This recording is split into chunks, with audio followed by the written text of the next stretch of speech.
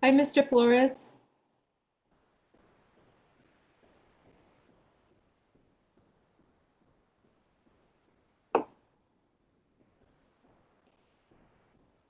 Can you hear me, Mr. Flores? Yes, I can. Great. Good Hi, evening, Mr. sir. Flores. Good evening. Hey, Dan. Hey, Ms. Doreen Ojeda, can you hear us?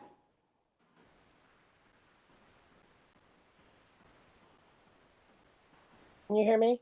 Yes, we can hear you, Ms. Doreen Ojeda. Okay, thank you. Great.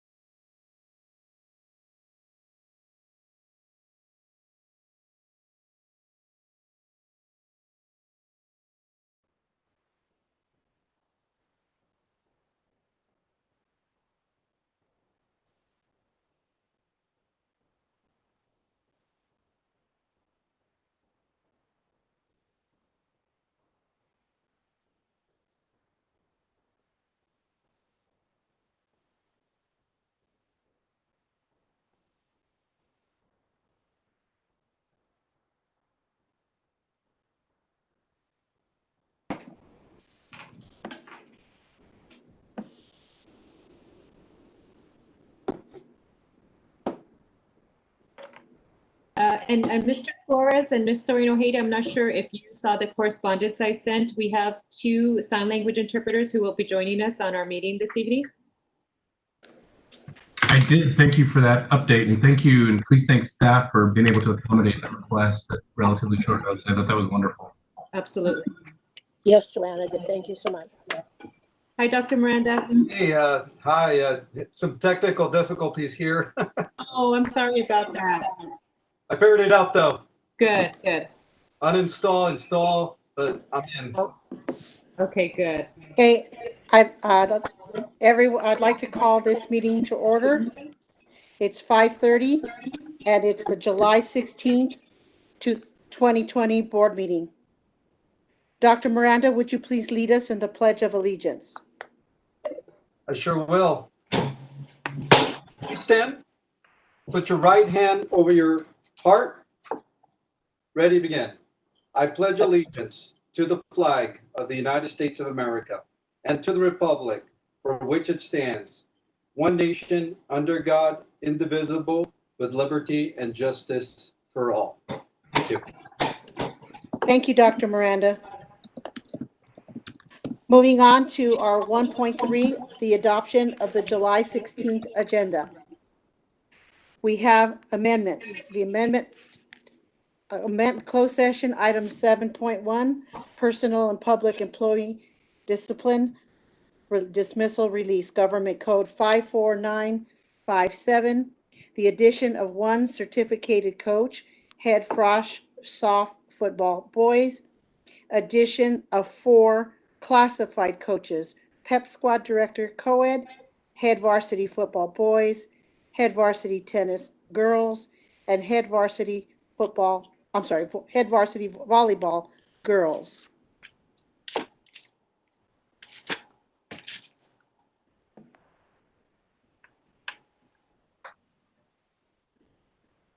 Do I have a motion to approve?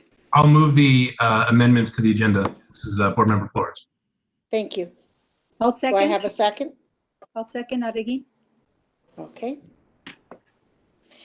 I have a motion by Board Member Flores and a second by Board Member Araguin to adopt the agenda as recommended. Roll call vote, please, Joanne. Mr. Ibarra, Yes. Mrs. Haro, Yes? Mr. Flores, Yes. Ms. Doreen Ojeda, Yes, Mrs. Sandoval, Yes. Mr. Fuentes, Yes. Ms. Adigui. Yes. Thank you. On a motion by Board Member Flores and a second by Board Member Araguin, the board adopted the agenda as recommended on a 7-0 vote. Moving on to 2.0, or public comment. Joanne, do we have public comments this evening? Yes, we do. Okay, I'll go ahead and start the timer. thank you, Joanne. First public And comment. before you start, Joanne, to the board, we do have quite a few public comments. Rather than have stop when she reaches the 5 public comments, would you like to continue with all public comment? Do I have a consensus to do so? Yes, that's fine. Yeah, that's fine. I'm okay. Me too. Okay, all right. Joanne, go ahead and read all the ones you have, please. Thank you. The first one is from Bernadette Mejia, a teacher and a parent. District board members, I am writing to you in regards to the reopening of the new school year. I have major concerns as a parent of 2 high school students and an elementary school student, as a teacher in the district and a community member. At this time, it does not make sense to open schools having students on campus at any time. Not only are you putting students at risk, you are putting every adult that comes into contact with them at risk. There is a spike in numbers, and you should be looking at data to drive your decisions. There is no way that schools have the funds or support to keep students and teachers safe with social distancing, to keep things clean and sanitized, and to provide extra support staff when someone is sick or a whole class or school needs to shut down for quarantine and cleaning. There are so many students and teachers that have underlying health conditions, not to mention their family members who may be at risk. How can you guarantee that you will have enough safe cleaning supplies for each classroom when we can't even find our own cleaning supplies for our homes? How will you guarantee that classrooms have enough ventilation for fresh air? Classrooms are small as it is. What about teachers that are in portable classrooms with no windows? Half the time they can't open windows and doors or use cleaning wipes with chemicals for safety reasons. Are we bypassing all that now? What about students who need to use the restroom? Are teachers going to be following them to make sure they wash their hands? Who do you expect to be cleaning the classroom, and how often? What will you do if a teacher or student is exposed and needs to be quarantined along with every person they've come into contact with? Not only teachers and classified staff, but what about an RSP teacher who services many students, or a cafeteria worker or librarian who comes into contact with the whole school? Will the whole school shut down for cleaning and quarantine? And if it happens again, will it be shut down again? Isn't that more of a burden and stress on staff, students, and their families? Do you have enough subs for backup? And furthermore, what sub will want to cover a class for a teacher who has been infected? Will you be offering tests weekly to students, teachers, and classified staff? What about supplies, books, and manipulatives? Will there be enough time to order and enough funds to make sure each child has their own? As it is, it takes months just to receive basic supply orders. Teachers went from heroes back in March back to disposable babysitters for the new school year. We are not responsible for getting the economy back to normal again. We will not be the guinea pigs for the country. What about parents who choose to drop their kids off at school who are knowingly sick, but they do so because they need to go to work?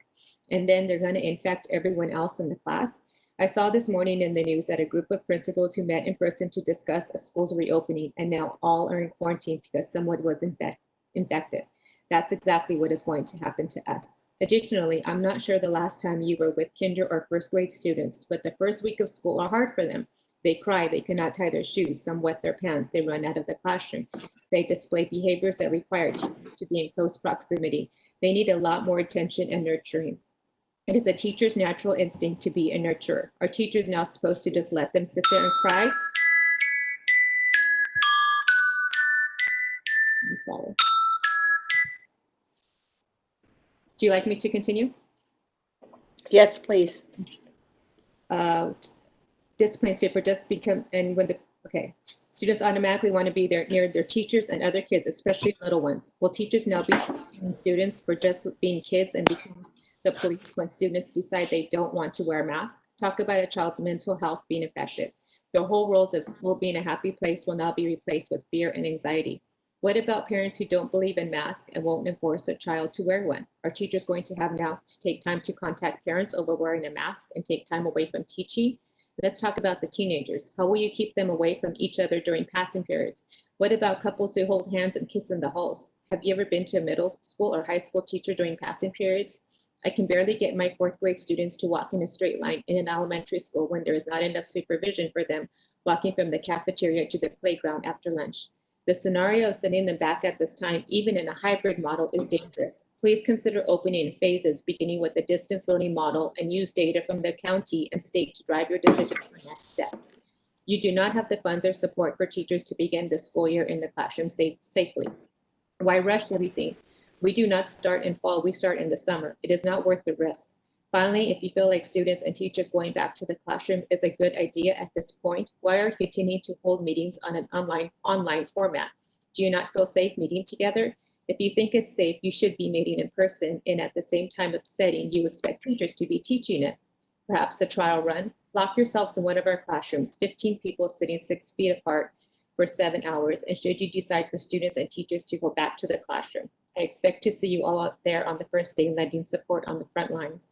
At the end of the day, every student in the country will be behind, but isn't it better to have a student be behind rather than have a parent have to hear that their child died from a disease or that a teacher died for the same reason? Thank you for your time. Bernadette Mejia, teacher and parent.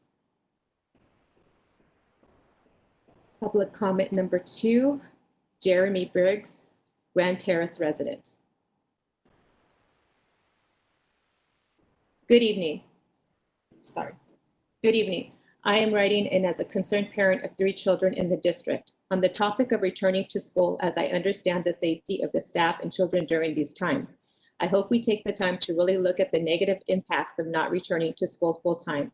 There are children who are getting no at-home support and not learning anything at home. Parents still need to go to work to provide for their children who needs the kids in school to help with childcare as much as furthering their education. How about those children who get dropped off at the grandparents' house and those family members are not able to assist with the child with distance learning, or the child with no internet access at home to learn?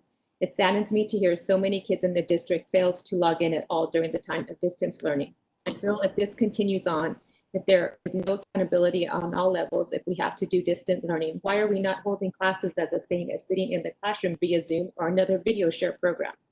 When these children have questions, there is no one there to answer. Just send a message to the teacher and hope they answer eventually after the child has moved on to another day. We need more accountability from the teacher to be there to answer questions, the same as being in class. Accountability from the parent making sure their student logs in, same as making sure they show up every day. As much as I want to see all children and staff safe always, what are we doing in the long run with education? There has to be a safe way to return the children back to class. Look at the long run and how this can affect the children, especially new kindergarten starting this year that will not know how to use a computer the same as a 12th grader.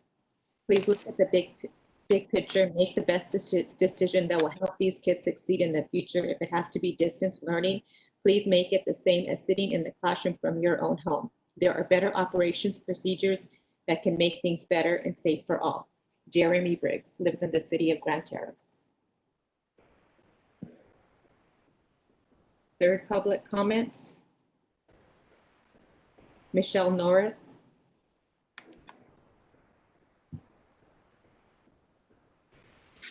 Good evening, board members. I am writing to urgently request our schools reopen for the 2021 school year. The results of the survey speak for themselves for return to full-time school.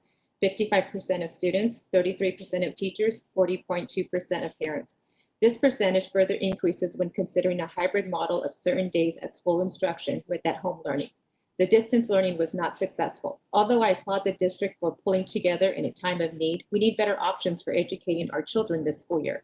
At a minimum, I am requesting hybrid model. Students are disengaging from the education process. Proof of this was the astronomical number of middle school kids who did not even log in one time for the last 4 months of instruction, yet they were still allowed to pass. 50%. This is unacceptable. How long will we keep these kids locked down in isolation, unable to interact with teachers, friends, coaches, mentors, and activities that are vital to their growth, both physical and mental? Sports are also a vital component of school for many kids. I am asking that school sports be allowed to continue. These kids need this outlet as well as other activities and involvement, such as ASB or chess club. Depression rates among teens are skyrocketing, so please consider at the very minimum a hybrid option of school with distance learning for those parents who wish to use it. I want my children to school. The American Academy of Pediatrics came out this week in favor of full-time in-person instruction. I have included part of their statement. Quote, "We recognize that children learn best when physically present in the classroom, but children get much more than academics at school. They also learn social and emotional skills at school, get healthy meals and exercise, mental health, support, and other services, excuse me, that cannot be easily replicated online. Schools also play a critical role in addressing racial and social inequity. Our nation's response to COVID-19 has laid bare inequalities and consequences for children that must be addressed. The pandemic is also especially hard on families who rely on school lunches, have children with disabilities, or lack access to internet or healthcare. With regard to COVID-19, I want to provide some statistics found on the San Bernardino County COVID dashboard. The positive case rate facilitates around 9% for all tested persons. This has not changed. Currently, there are 1,876 positive cases in teens under the age of 20. There are no deaths in this age group. The death rate of the virus continues to drop, currently 1.5% of positive cases. The data statistics plus the survey results speak volumes. Please consider these data points in your decision-making and allow back to school option for these kids. Thank you for your time. Michelle M. Mattis.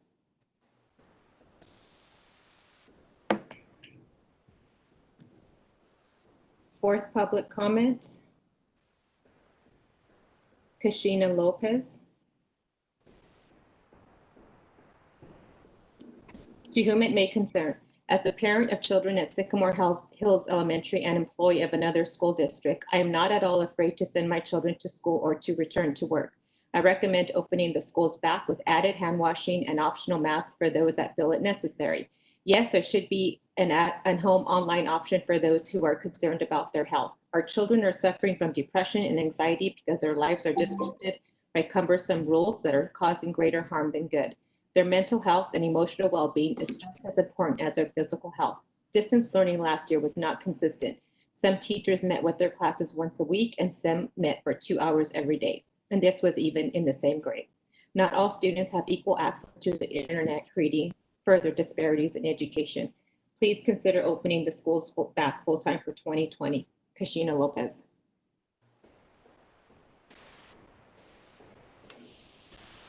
Fifth public comment, Suhei Campo. I just wanted to give my opinion on this matter. I do not agree as a parent of 2 students from CJUSD on any school reopening. We are in my family witnesses that this is a very powerful virus that hasn't been contained. We already lost 1 young family member with no medical history, almost like a brother to us, to this virus. And at this moment, we have around 25 members of our family who are COVID-19 positive, and which most of them didn't even know they had it because they had no symptoms at all. Checking kids' temperatures every day before class doesn't help at all because they could be carrying it without any symptoms and spread it out to other kids without even knowing. Like I said, we have witnessed close and personal the damage this virus causes to a family. I honestly don't believe we are ready to open up schools again.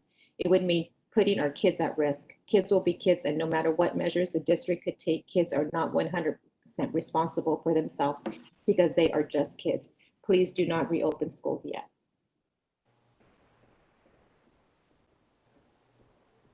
Sixth public comment, Samantha Gonzalez, parent.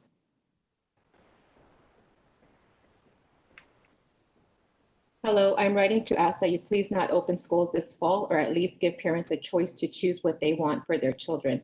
My son has an underlying condition and sending him back to school isn't an option right now. Please don't think about anything else but the health and safety of your students, their families, and your staff. Opening this school year would be a mistake. The pandemic is only getting worse. I don't want my child to be one of the cases we hear about, so I beg of you, please don't send our kids back. Thank you, a concerned parent.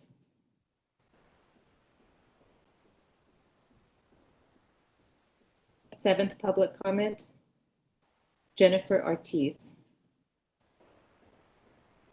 I am emailing you today to let you know that reopening the schools right now is not the right thing to do. I have children that I will not name that attend Sycamore Hills Elementary through this Colton School District. I am fearful for them. As you know, Fontana has 219 COVID cases ranging from the ages 5 to 19. If you open up, the numbers will continue to climb. We have to protect our children. It is up to you and the board to be their advocate and vote on online schooling as of this moment. I would love to have my children attend regular schooling, but right now is not the time. I hope you can understand my fear as a parent that I want my children to be safe and healthy. 8th public comment. Joella Medina, Cooley Ranch teacher. I am a 4th grade teacher at Cooley Ranch Elementary. I understand that this meeting will be discussing the plan for reopening schools. I'm requesting that the board consider giving teachers the option to teach remotely from our own classroom. My daughter and granddaughter currently live with us, and my granddaughter just turned 1. She is very lively, curious, and talkative, which will make it challenging for me to focus on teaching from home. My classroom will allow me to stay focused on teaching as well as allow me access to all my teaching tools. I understand some teachers may prefer teaching from home, and that is why giving us the option will ensure all teachers can focus and perform their best. Thank you for considering this request, Ms. Jo Medina, Cooley Ranch Elementary. 9th public comment, Myra Caldera. And this is a Spanish-speaking comments. We have our translator, Stephanie Rodriguez, read it in Spanish, and then she'll translate it in English for the board. Good evening. The public comment says, mi familia fue testigo del daño que provoca este virus y los niños son niños. No van a cuidarse al 100%. Aparte, checar temperatura en la escuela es inútil porque hay personas portadoras y contagiosas que no experimentan ningún síntoma. Es ridículo con el solo hecho de que esté en consideración en que quieran que expongamos a nuestros hijos. I will now translate it. It says, my family was a witness of the harm this virus causes, and kids are kids. They are not going to take care of themselves 100%. Besides, checking temperatures at school is useless because there are carriers of the virus and people that are contagious that do not experience any symptoms. The fact that exposing our children is even under consideration is ridiculous. That's it. Thank you, Stephanie. The 10th public comment is from Connie Brown, GRC teacher. To the Board of Education, first of all, I would like to thank you for thinking of the safety of us teachers and students in the reopening phase of schools. As a 1st grade teacher with the district, I would like you to consider giving us the opportunity to teach the live lessons from our classroom. First of all, it is much easier to have all the tools we need to teach by being in our classroom. I am not physically able to bring all the things I need to my home. My husband is a first responder and often sleeps during the day when he is off and has worked all night. It's very difficult to work from home teaching when someone is trying to sleep. I need to use my Elmo, whiteboard, and Promethean board to adequately teach, which are all inside my classroom. I realize that other teachers might want to do the live lessons from home, but please consider giving us the option of being in our classroom. 1st graders need lessons that involve many layers, and to do this effectively, we need the tools our district has given us, which are in the classroom. We have been out of our classrooms for almost 5 months. They should have been cleaned by now and be ready for us to teach in them. Thank you for your time and consideration. Stay safe and well. Connie Brown. 11th public comment, Regina Mudd, Grand Terrace. Please include the following in comments to the board regarding COVID response for the 2020-2021 school year. I am a parent of 2 Grand Terrace High School students. I appreciate the district's historic approach to keeping our students safe during the pandemic. I realize a lot of people had to adjust very rapidly to address administration, education, and even nutrition for our community's students. I am writing to ask that the board continue to keep student safety at the forefront. I strongly support beginning the school year with distance learning. I would advocate for rapid preparation of the student population so that the school can hold students accountable grade-wise. Once an approach can be formulated and executed that will ensure safety, for example, a hybrid approach of distance and classroom to ensure social distancing combined with vigilant tracking and screening and cleaning measures, I look forward to my children returning to school. Should the district opt to reopen prior to a solid plan that ensures safety, I will likely either homeschool or enroll them in an online learning program to complete their education. Public comment number 12, Stephanie Widmer, Colton High School English teacher. Dear board members, I am writing today to ask you to please vote for schools to begin with 100% distance learning. As a teacher in the district, I do not feel it is safe for students or staff to return at this time. Many studies have shown that one of the highest risk factors is indoors for long periods of time with poor air circulation. That is the very definition of a classroom. There is no way to ensure proper safety measures will be taken to protect everybody. Having taught teenagers for 16 years and having a teenage daughter, I know that getting them to follow rules is very difficult. I do not see how teachers will be able to enforce them wearing masks and staying 6 feet away from others without it causing major disruptions to the learning environment. Even if we could enforce it in the classrooms, what happens when they are in the hallways and bathrooms? Who will be monitoring and enforcing it then? If wearing masks and social distancing, our tiny, poorly ventilated classrooms will still be a high risk for infection. As a high school teacher, I would be exposed to 100 plus students no matter what the schedule looked like if we had classes in person. Every year, students come to my classroom sick because their parents don't want them at home. This is an extreme concern during these times. My husband has severe asthma, and I am terrified of getting sick and passing it on to him. The only way to keep everybody safe is to continue distance learning. I would also ask that if a hybrid model is implemented at any point in time, that you allow teachers the choice of teaching from home or their classroom, to allow those of us that are high risk or live with somebody who is, can stay home and protect our loved ones. Thank you for listening to my concerns. Public comment 13. Maita Pineda. Dear board members, please let us continue remote learning. There is no reward on sending kids back to school when you think of the risk. It's better to be safe than sorry. Being patient and understanding that our biggest value in life, which are our children, we must protect and not put at risk. As a parent, I listen to scientific evidence and not politicians, and I will speak up to protect our children. It's not safe to reopen, and the data shows it. I would like to put in our vote to continue remote learning. Public comment number 14. Cynthia Neri. Dear CJUSD board, my name is Cynthia Neri. I am the parent of an incoming eighth grader at Terrace Hills Middle School. I am a deaf parent, and I would really like to participate in the CJUSD board meetings, in particular, the agenda ideas regarding the plan for reopening and plans for 2020-2021 school year. Like most parents in the district, I need to prepare for my daughter's education plan. I believe the more informed I am as a parent, the better I can support my daughter in her education, and communication is key. My daughter has been a student at Grand Terrace Elementary and Terrace Hills Middle School. The principals and teachers at these schools have always made sure an interpreter was at school functions such as back to school night, parent-teacher conferences, 6th grade promotion, student awards, and other events at the school. I appreciate the interpreter at these events so that I can participate in my daughter's academic success. I believe that the more involved I am with my daughter's education, the more successful she will be. I am asking that the board please have an interpreter at the board meetings during this COVID pandemic so that me and other parents with disabilities can be part of our children's school success. Thank you in advance for supporting students and parents. Public comment 15 from Daniel. This is Daniel Lopez, and I was told to email you that I would like to return back to school this year regardless of COVID-19. I enjoy online education. However, I would love to return back to class, having easier communication with my teachers, and it being more comfortable for me to work in the classroom. Thank you and have a great day. Public comment 16, Renee Williams, 8th grade language arts teacher from Jowalka Middle School. Hello, I am a teacher at JVMS. I understand that there's a lot of political pressure to reopen, especially from the president and Betsy DeVos. However, I ask you to please put our students and staff safety at the top of the list in terms of considering our reopening plan. I want more than anything to return to my classroom and meet my new kids so I can develop those meaningful connections and provide emotional support right off the bat. I, as well as all the other teachers in the district, understand the importance of socio-emotional learning for our kids.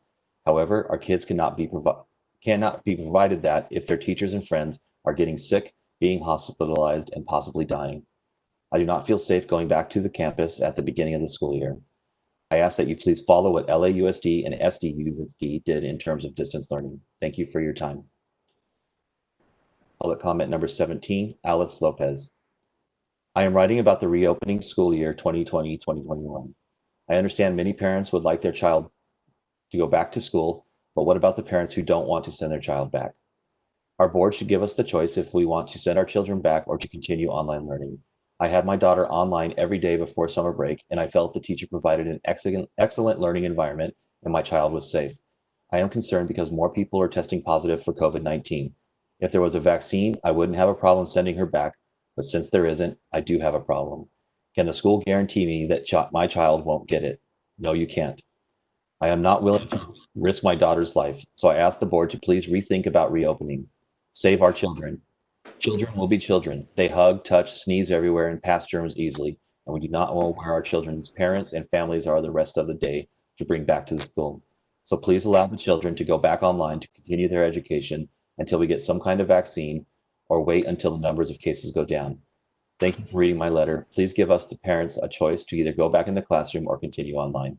Sincerely, Alice Lopez. Public comment 18, Peter Goldkorn, avid coordinator from Colton High School. I want to thank those staff and administrators who have been meeting to develop a plan for this school year. I appreciate that we are opening, utilizing distance learning, and all the challenges it poses, but it is the safest way to proceed for now. I would also ask the board to discuss an early retirement procedure for those who plan on retiring this year. Thank you.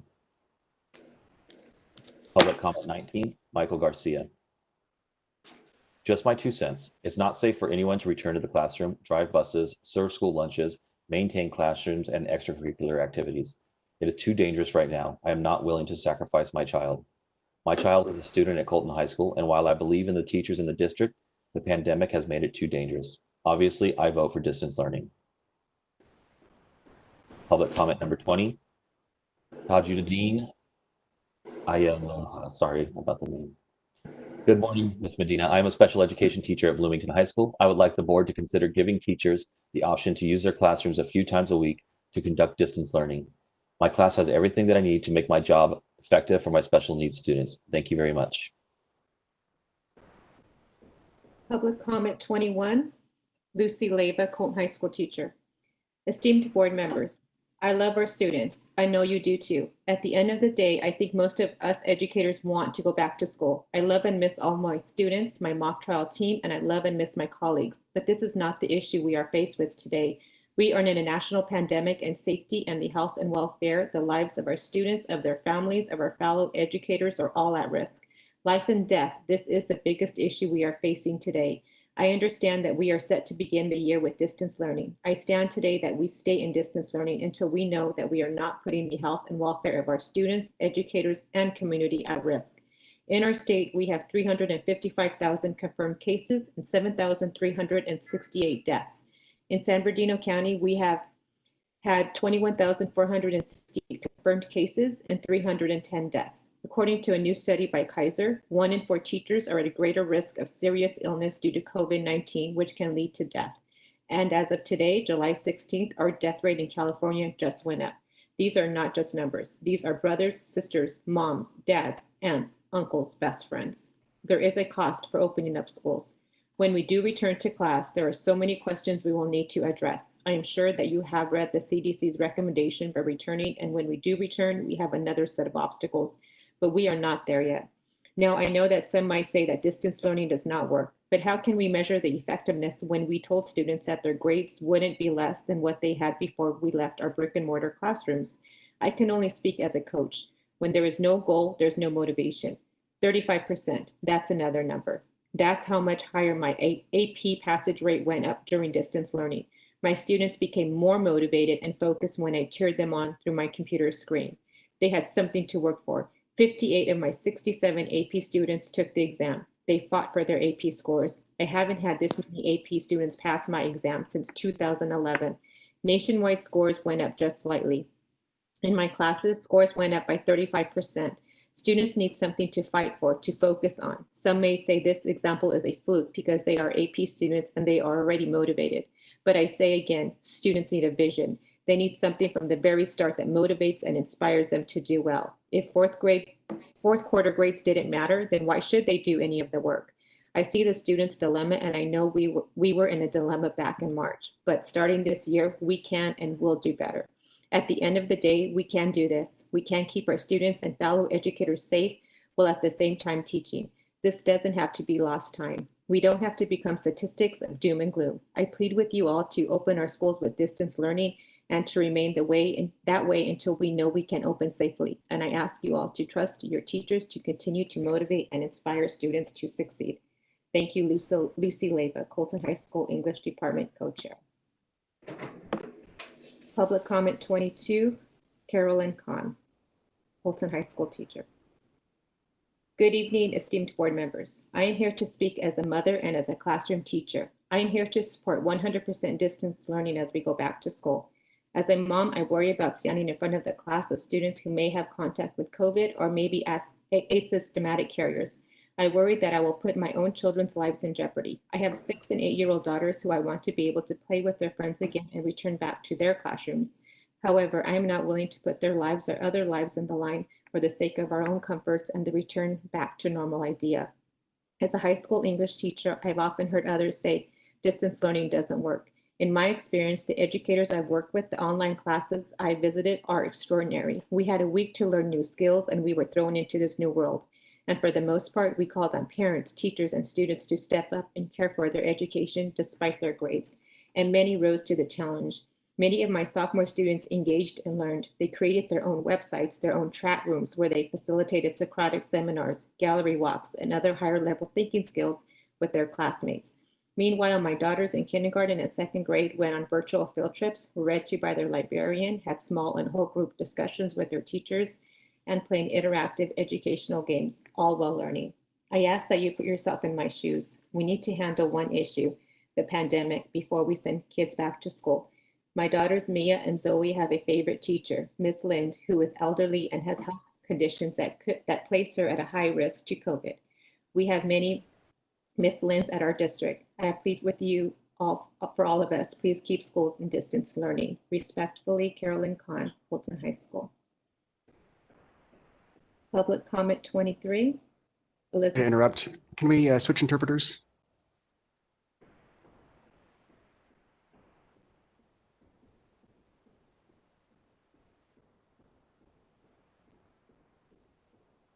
Okay to proceed? Sorry, give me a second, please. Okay, no problem. Oh, there he is.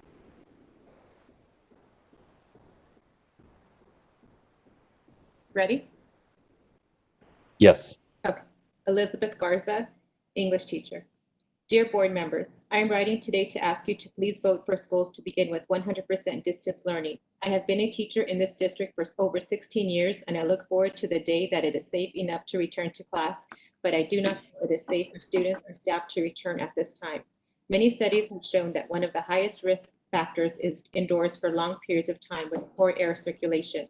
This is unfortunately my classroom. The ventilation system is often broken and the windows are painted shut and some won't open at all. Also, for many years, our custodial staff has been shorthanded and lead to trash-only days. There is no way to ensure proper safety measures will be taken. Having worked with teenagers for over 20 years, I know that getting them to follow rules is very difficult. I do not see how teachers will be able to enforce them wearing masks and staying 6 feet away from others without it causing major disruptions to the learning environment, even if we could enforce it in the classroom. What happens when they are in the hallways and bathrooms? Who will be monitoring and enforcing it then? If with wearing masks and social distancing, our tiny, poorly ventilated classrooms will still be at high risk for infection. At the high school, we would be exposed to 100 plus students, no matter what the schedule looked like if we had classes in person. Every year, students come to my classroom sick because their parents don't want them at home. This is an extreme concern during these times. I have 2 8-month-old premature babies that I could potentially expose to the virus. Although most media outlets claim that children aren't affected, there have been cases of infants dying from both the coronavirus and COVID-related illnesses. I'm terrified of getting sick and passing it on to them. The only way to keep everybody safe is to continue distance learning. I'm confident that as a 21st century district, we would be able to adapt and meet the challenges that come.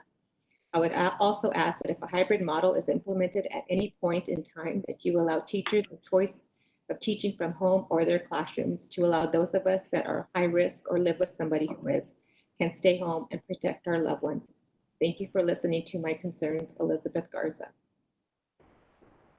Public comment 24. Georgette Villarreal Dollins. I would like to thank the CJUSD board and district for being proactive in their plan for reopening schools. As the numbers of COVID-19 cases continue to rise in the cities that CJUSD services, I support the proposal to begin the year in distance learning. As a special education teacher, I recognize that my students are among the most vulnerable and will need to be considered individually in our planning. I'm fully confident that we will continue to build on what we have learned from distance learning during the spring quarter. and develop quality special education services that will foster our students' ability to learn, grow, and succeed in any and every educational model we use this year. I urge the board and the district to allow flexibility and consideration for our special education students in the hybrid models so that we can provide our special needs students with the safest and best learning environments possible. Thank you again for allowing data to drive your decisions and putting the health and safety of our students, families, and staff as the priority in our educational models. I appreciate your time and consideration. Georgette Villarreal-Dollins. Public comment 25. Jeremiah Dollins. To our school board. There is no one who attends or works at a school in the Colton Joint Unified School District who does not wish to return to the way things were before the outbreak of COVID-19 and this global pandemic. We all long for a return to normalcy where our days aren't spent watching numbers of confirmed cases and deaths rise, trying to figure out what school might look like, or wondering why the mere idea of school has become a political football. Even though we desire a return to the life before COVID, we must face the reality this is not possible right now. Our district, comprised of its wonderful parents, students, classified staff, and educators, is a large community with diverse values and beliefs. And while some might be in favor of a hasty return, it is in our community's best interest to remain in distance learning until the pandemic is under control, until we can be certain that returning to school is safe for all. This district has a mandate to keep its stakeholders safe and secure above all things. An immediate return puts several community members at risk. Those in favor of a quick return in August will cite that children are not a huge risk to test positive for COVID-19, but they still are carriers who can transmit the virus to their families and teachers. Our classified and certificated staff represent a wide range of ages, and risk levels cannot be put at risk like this. What does it communicate to those you employ if you tell them keeping the economy rolling is more important than their lives, or that their chief value is childcare? At this point, the district office has been committed to creating flexible scheduling to meet the challenges of resuming education in the midst of a pandemic. Their plans are thoughtful, considerate, and compassionate. I encourage you to vote in favor of starting in distance learning for the sake of our entire CJUSD community. Jeremy Dollins. Public comment 26, Jennifer Navarro and Nicole Perez. Hello, members of the board. 2020 has certainly thrown our world into a loop. During these uncertain times, I want to voice my opinions and concerns as we approach the 2021 school year. My number one concern as a parent are my children and their safety. I have been a lifelong resident of Colton and have gone through the Colton school system myself. Then and now, the main focus of our children is their health and safety. Of course, there is always a risk of contacting COVID, but we as a community can try and flatten the curve for the safety of all. Returning to school can only cause a domino effect for all involved. One case can become 20 cases and so on, depending on who the affected person came in contact with. And then another complete shutdown. I watched the previous board meeting and saw the PowerPoint about the stages of returning to school, which should be implemented. Not only implemented, but also taken into account the CDC recommendations, statistics in our community and surrounding communities of how the virus is rising or declining. There are still so many unknowns. The district has a responsibility to protect our kids, teachers, and staff.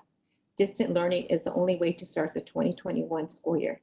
God bless you all and your community, parents and community members. Jennifer Navarro, Nicole Perez. Public comment 27. Gloria Ramirez. Dear members of the board, there are many challenges facing the board today as you look to make the decision as to the way that education will be offered to the children of our community for the 2021 school year. As you sift through all the information being provided to you from many sources and groups with particular interests, I beseech you to consider the health and safety of the students and staff above all else. One of the main arguments that is often espoused is that children are much less susceptible to this virus, and thus returning to school poses minimal threat. While there is much anecdotal evidence being spewed about the airways right now, because children are not testing positive in the numbers we are seeing for adults, it is safe for them to return to in-person class. I must disagree. One of the key reasons we have seen less cases of children being infected is because we did shut down schools at the onset of the pandemic, thus leaving them as one of the most shielded groups of society. I commend the board for making that tough decision in favor of our students' health and safety. Many individuals also share the belief that if someone manages to survive the initial symptoms of COVID, that they are out of the woods. It has recently been shown that there are many long-lasting effects to defeating this virus that include, but are not limited to, heart defects, permanent lung damage, and even neurological damage to the brain. I am sure that no one on this board has any interest in willfully placing our students and staff into a position where they are exposed to these outcomes. It is my firm belief that beginning the school year with full distance learning with the option to phase students back into the classroom once this viral threat begins to shrink is the best course of action available to us. This option will allow the students and staff to all play their roles in the education of our community in a safe and professional manner. It is far easier to provide increased support to our families through access to technology and caring educators in an environment where everyone is not under the constant strain of ensuring that all masks are being worn correctly and everyone is social distancing in an appropriate manner. I fear that both structurally and financially, we are not in a position to meet even the minimal requirements put forth by the CDC to ensure the health and safety of students and staff in our school buildings. I would much rather have a yearbook with pictures taken of students working diligently at home on their distance learning assignments than having to set aside the pages in memory of the students and staff we lost to COVID in the classroom. Thank you for your time and consideration. Gloria Ramirez Haldeman, Hill chemistry teacher, Folsom High School. Public comment 28. Daisy Garcia. Dear board members, I'm writing to you to express my concerns moving forward with distance learning. I understand that the current situation we are in makes distance learning the safest option there is, but not the best option for learning. I ask the board members to set a universal district plan on the expectations each grade level will have before the start of the new school year. As of now, there has been little to no communication from our son's school, yet I have seen other schools in the same district actively communicating with parents through Facebook. The lack of communication from our school site concerns me very much. Right now is the time where parents need to be informed of everything and anything that has to do with the upcoming school year if we want distance learning to work. My next concern is the expectation that parents and grandparents will be held accountable for their children's learning. Listening to your last board meeting, it sounds to me that there's no concrete plan for our children. In the spring, many parents are working from home.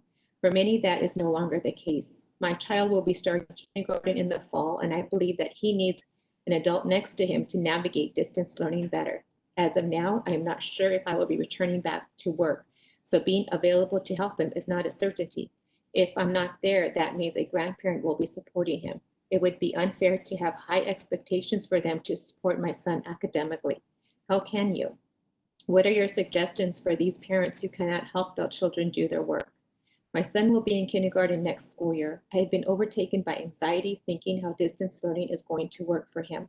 I'm very concerned for my son's academic foundation. I've gone over the Common Core standards and I fear that teaching many of these standards will not be able to be done over Google Meet or electronic assignments. Early education consists on hands-on, penmanship, manipulative motor skills, etc. How will this be delivered through distance learning? How can teachers assign grades with all these obstacles? Lastly, I want to thank Board Member Dan Flores for his sincere concerns for distance learning. I was very thankful to hear that he understood where many parents are coming from. I also want to say that I stand with our teachers, and I know that this is a lot of pressure on them. I don't doubt all teachers will do their best. Thank you for listening to my concerns about distance learning for the upcoming school year. A CJUSD parent. And that concludes public comment. Excuse me. Thank you, Joanne, and thank you, Shane. I know that was a lot of reading for you to do. And I know everyone who wrote a public comment was very passionate, and I'm sure they are very grateful that every one of them was read. So thank you to both of you. The board will be moving on to our action session action items 3.0. We have items 3.1 through 3.30.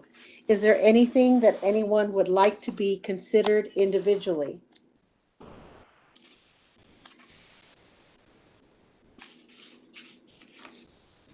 Hearing none, do I have a motion to approve action items 3.1 through 3.30?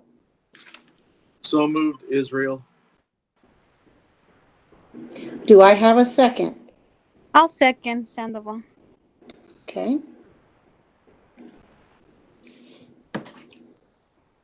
I have a motion by Board Member Fuentes and a second by Board Member Sandoval to approve action items 3.1 through 3.30 as presented.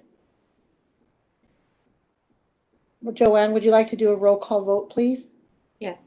Mr. Ibarra, Yes. Mrs. Haro, Yes. Mr. Flores, Yes. Ms. Doreen Ojeda, Yes. Ms. Sandoval, Yes. Mr. Fuentes, Yes. Ms. Arriguin. Yes. Thank you. Thank you, Joanne.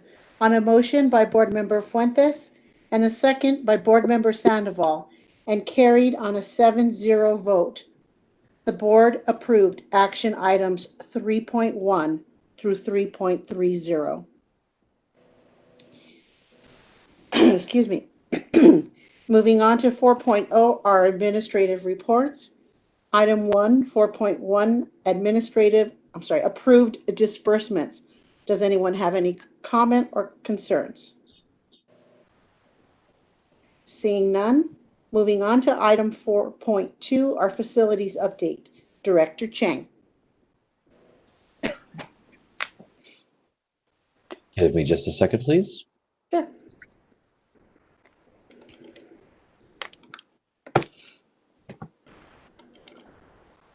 Mr. Chang, you are on, sir. All right, thank you. Good evening, Board President Haro, Board Member, Superintendent, Executive Cabinet. Happy to have the opportunity to present an update on some of the ongoing projects. Next slide, please. All right, just a quick update on the Colton Middle School NPR modernization project. We're currently about 75% complete. These are some of the progress photos. On the left half are showing some of the progress photo for some of the kitchen area.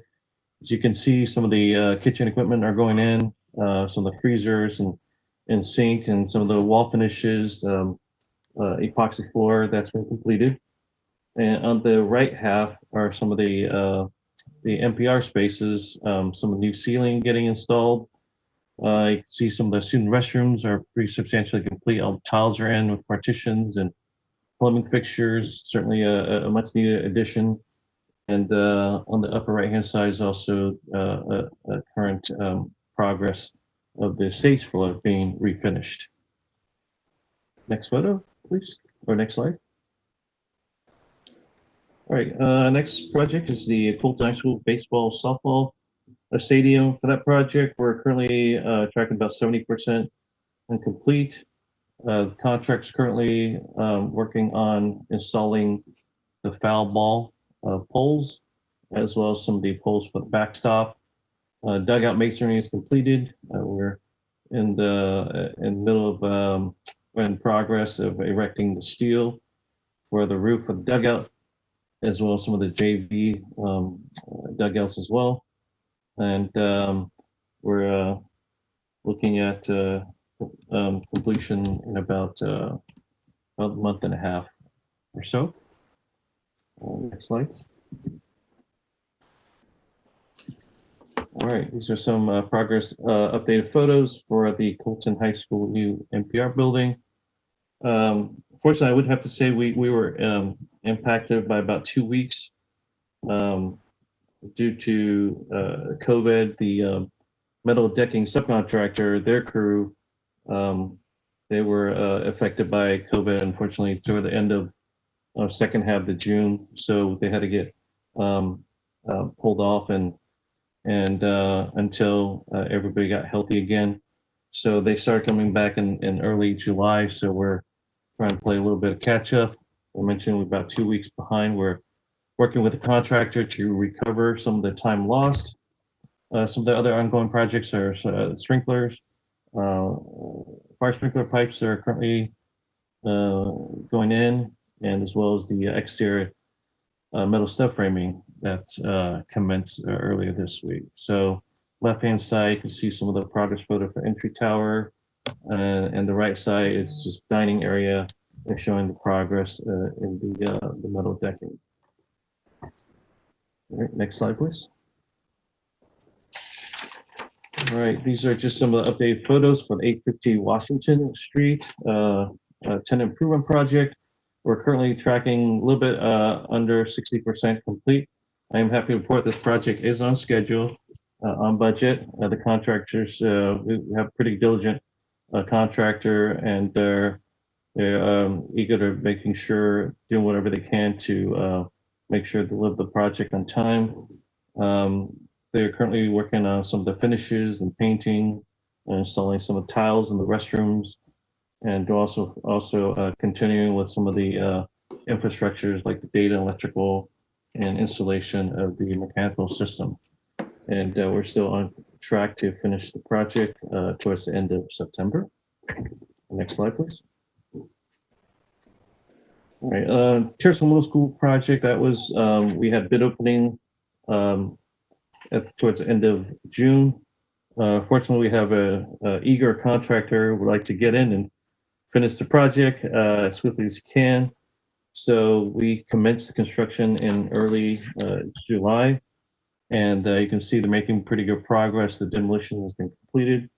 They're currently doing rough grading on the site, and we're projected completion in early October. We do have an area that's slated and working with the principal, identify the south portion of the site for temporary parking in the event the teachers or staff decide to come, or decision is made for the staff to come back on site at the beginning of school year. So those provisions have been made. And also the bottom, it's a quick update on the Rogers Elementary marquee sign. That the sign was fundraised by the parents and also the school site. And we took a while to get some of the state approval. So it's good to see we're finally moving forward with that. We completed the installation earlier this week, just working on the kind of final pieces, getting it powered up, and working with IT on getting it connected for the connectivity. And we hopefully will get it completed and working in about 2 weeks or less. Next slide, please. So this concludes my facility update. Open for questions. Any questions for Mr. Chang? I have questions. Okay. Owen, on the project for Colton High School, you said they were behind. Sorry, I probably didn't hear it because my system's kind of lagging. Did you say how long were they behind? The Colton High School NPR building, yeah. We were tracking about 2 weeks behind because the middle decking was the next crucial activity. Because one of the workers tested positive COVID, they had to pull everybody off, and they were still performing some minimal work. Now, I would have to like to clarify that the workers never showed up on site, so they were being tested in their shop, and they were the test results came back positive, so they never showed up at this job site. So we've been working with them on trying to looking at bringing in some temporary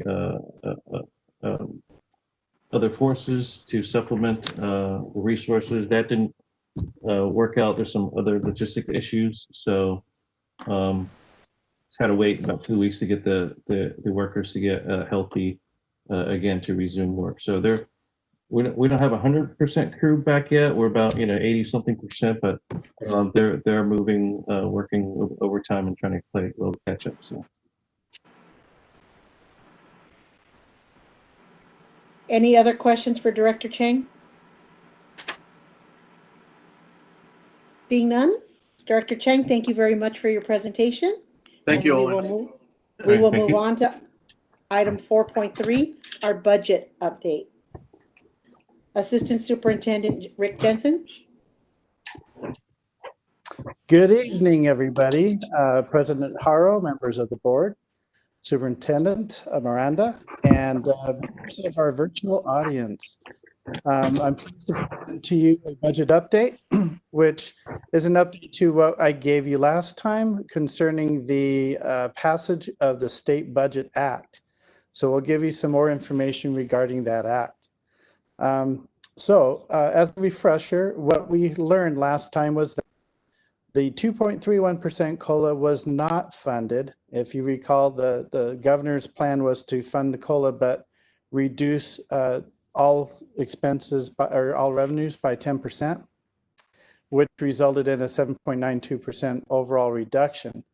This budget takes away that 10% reduction. So basically, we are flat funded from last year to this year. The learning loss mitigation money, which was approximately $600 per student, is more close to $1,000 per student, because not only are we looking at supplemental concentration dollars, some more COVID money based on those dollars, but also special ed and also our LCFF ratio in regards to what we receive compared to the state. So we should receive about $1,000 per student in the end. Although not part of the budget, but reported with the budget by capital advisors and also school services. I mentioned the Proposition 15 that's going on the November ballot.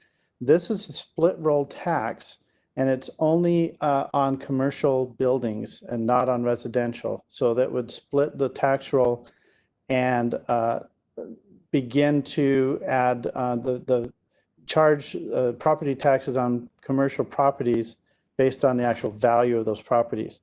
Residentials would stay at the max 2% growth per year. That would be funding outside of Proposition 98. So those additional property taxes would not reduce state aid. So the early estimate for our district is about $13.3 million per year.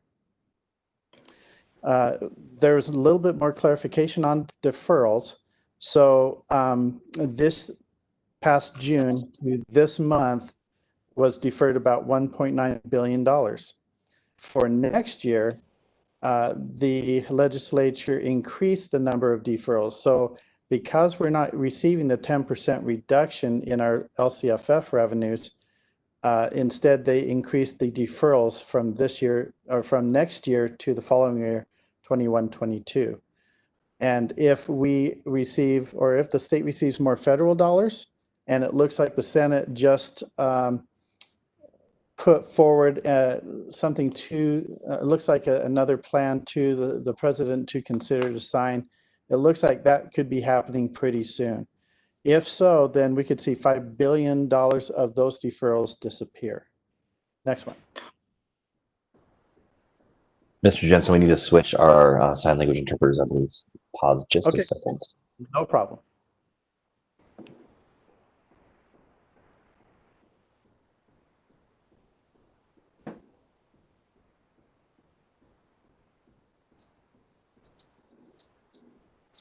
Let me know when you're ready. We're ready, sir. Okay. Next slide. So the deferrals we just talked about, this is a better interpretation of how those would look, or presentation. So you'll notice that the end of next year, this year, 2021, so we're looking at February, March, April, May, and June will all have deferrals that will flow into next year. So instead of receiving those dollars through those 5 months, we will receive those the following year in 21-22. So if you can see, those amounts are very small, but percentage-wise, February is 40%, March, April, May is 70% of our normal allocation, and then 100% of our allocation from June to July. If we do receive those dollars from the federal government, then those earlier deferrals would be paid off and removed. Next slide. Some more details on the budget. There are no cuts to the ACES program. I believe that was a concern of the board. So I'm pleased to report that our Think Together program would be fully funded next year. Crossing my fingers. Let's hope that that is the case. There are no cuts to categorical programs. As you know, the LCAP had been replaced. It is no longer required this year, although the budget for parents is still going to be required to be passed by December 15th. That's the budget overview for parents, or the BOP as we like to call it. But the LCAP will be replaced by a learning continuity and attendance plan that will require separate board hearings and adoption meetings by September 30th. And the Superintendent of Public Instruction is currently working on that template. It's due out by August 1st. The special education funding increases from an average per ADA of $557 per student up to $625 per student. And then it will receive a COLA each year thereafter. That is not the case this year. In fact, special education suffers from a deficit for many years. The PERS rates and the STIRS rates are shown here for you. What was originally planned for 1920, 21, and 21, 22. And you see in most cases, these have been decreased, especially the STIRS rates from what they were planned to be. They should have been at 18.1%. And the additional for school nutrition, we should receive 75 cents per meal. It doesn't sound like a whole lot. We normally only receive about 30 cents per meal for those grab-and-go meals that we serve from March through August. Next slide, please. I believe that's about $200,000 as when Eric put the numbers together. So part of the presentation that we heard had to do with instructional time and how this is going to pan out next year, because we are held harmless for our ADA from last year to this year. So we will be funded in 2021 based on our ADA in February 29th. That's important to note because that will become our ADA for 2021. So the instructional year is kept at 180 days. There's no option to reduce that. There's no option to waive the annual, let's see, it suspends the PE minutes requirement. So we're not going to be held to that. The J13 requirement for emergency ADA loss will not be an option next year. Annual minutes requirement is suspended for this year. But just for your purposes, you can see that these are the minimum annual minutes. We will not be held to these next year, okay? Next slide. However, what we will be held to are the minimum school day instructional minutes requirements. So as you can see, for kindergarten through high school and including continuation, these are the minimum minutes that will be required to meet each day for instruction. Next slide. So how will instructional minutes be measured next year? And we're still trying to get more information on how this is going to work and how the state will require us to track these minutes on a per student basis. So for in-person instruction, the minutes will be based on time spent under the immediate physical supervision and control of a certificated employee of the district. Distance learning will be based on the time value of the assignments. This is similar to what we do with independent study as determined by a certificated employee of the district. If there are hybrid days where some districts are doing distance learning in the morning and turned in, but would be a separate funding and attendance accounting from independent study. So we can offer in these two cases distance learning according to what the Budget Act says. Number one, under guidance or order from state or local public health officer. And I understand that we have received that guidance already. And then two, for medically fragile students, and that's determined by the parent. Next slide, please. So coming up next, the July 15th income tax deadline has already passed. So this will probably prompt an August or September revise. because the May revise usually follows the April tax receipts. So if this is the new tax deadline, we should probably see a revision to this budget. A federal relief package, as I mentioned earlier, looks like the Senate has come up with a plan, and that deal is going to the president for review. What about the trend of the pandemic? Is it going to level out? Will we see a flattening of the curve? That remains to be seen. Election year. So the focus will be on who will have control of the federal government as of November and how that may change how we are funded for next year. And then the district at this point has 45 days to report the impact of the signed budget act on our adopted budget and what those changes are. So we will present that at the August 6th board meeting. Next slide. These are some of the items that may be seen in the 45-day budget revision. So because we don't have a COLA, but then we have no additional cuts, so we'll see a change to our LCFF revenue calculation. We'll see a reduction in PERS and STRS employer rates, so we'll show those savings. The additional federal funding that I mentioned through the learning loss mitigation funds will recalculate. We actually have the more current calculation for those numbers. We'll make sure those are in the budget.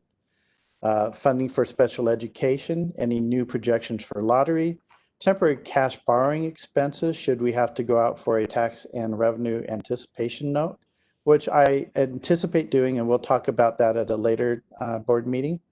Additional costs for reopening schools and position budget for retirements, resignations, and new hires since the budget was adopted and since there will be no layoff notices for next year. So at this point, next slide, this is the end of my presentation and open to any questions you may have. Do my fellow board members, does anyone have any questions for Mr. Jensen?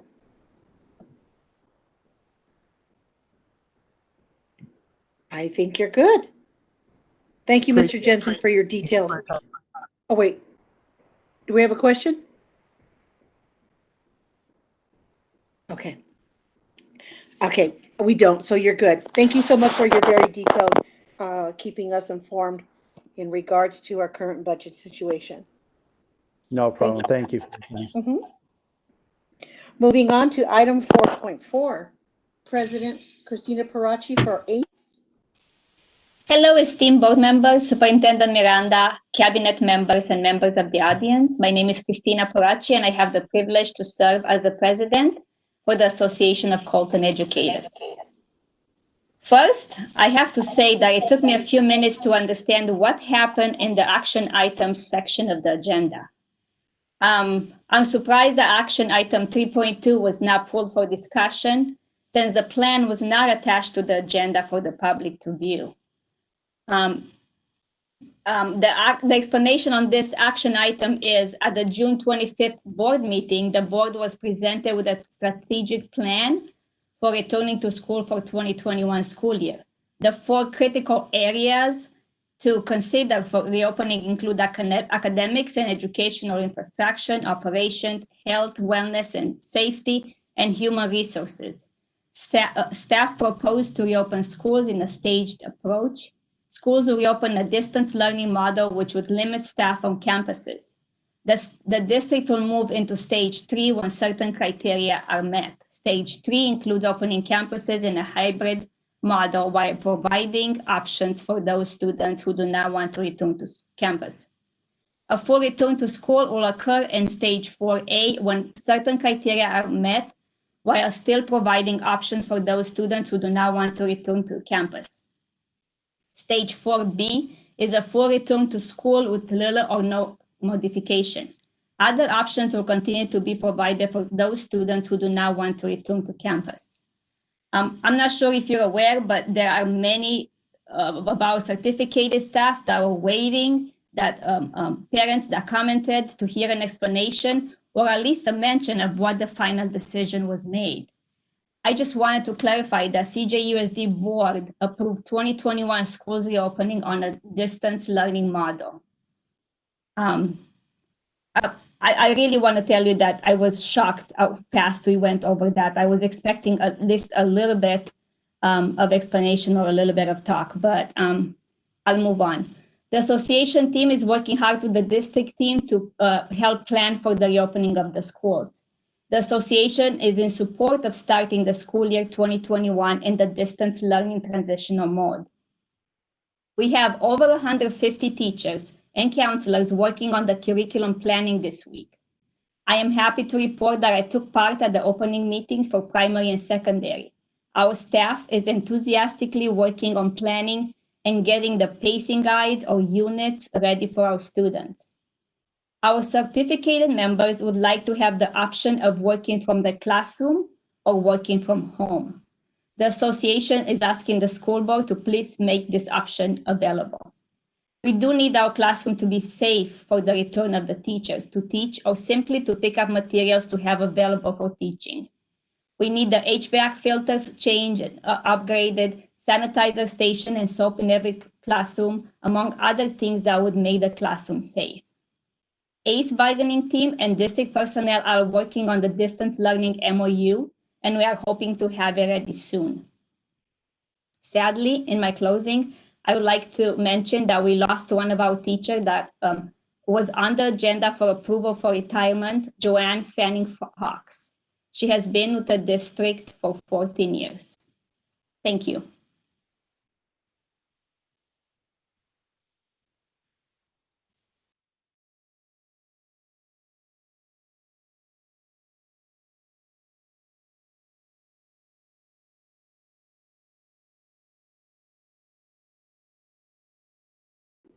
Sorry, Ms. Haro, I had your mic muted. You're back on now. Okay, thank you. Moving on to 4.5, our CSCA update. Mr. Louis Pacheco to present.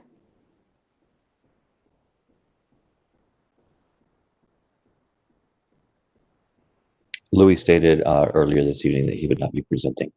No update, okay. And item 4.6, we have no MAC update. Item, excuse me, item 4.7, our ROP update. Mr. Ibarra. Thank you, Pat. We did have a board meeting last week, and as usual, the staff there at ROP is just working really hard and diligent to prepare for the next school year. They did share with us as they welcome some new employees, which would also include employees for Cone Middle School and for the district, actually, to start their career exploration programs. They did have a summer digital learning program going, and out of the total number of students that participated, 28 students were Cone Joint Unified School District students, and the courses were medical courses, and they were pretty pleased with the fact that 78% of the students who were online participated. So they were very glad that the percentage was as high as it was indicating, 78%. Just like Ms. Parachi just mentioned earlier, they did talk to us a little bit about staff working from home, and that they were developing a telecommute form that they were going to share with the rest of the board, so that we could take a look at it, so that they could provide a comfortable environment for their staff and teachers to teach from. But when I talked with the superintendent, Mrs. Zerpoli, she did mention the fact that she would like to see her teachers on site at each one of our high schools doing their distant learning from the classroom, for the same purpose that I mentioned last week, that I think it's important to provide our instructors with educational environment and to allow them access to all their materials and tech support and the support of the district. So she had mentioned that she was going to talk to our superintendent, Dr. Miranda, and so that they could start discussing the possibilities of doing that as well.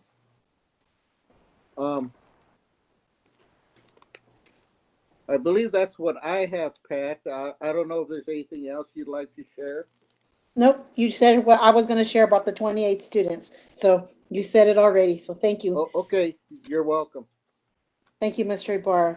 Moving on to 5.0, our superintendent's communique. Dr. Miranda. Okay.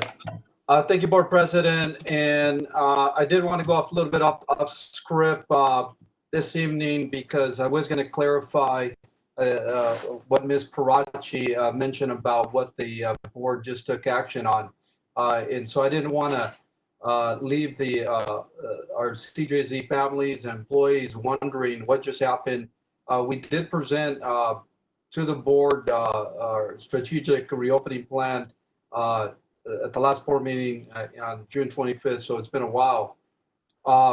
And just to be clear, the action item that the board approved tonight was for the 2021 school year, as Ms. Parachi mentioned, so that all schools start the school year in distance learning.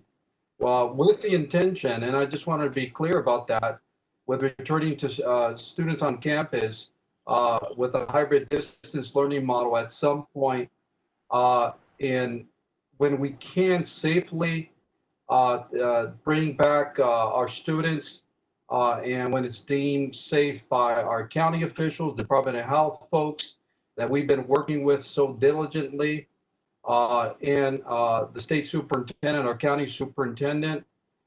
So our recommendation was to start in distance learning, and that's what the board approved tonight.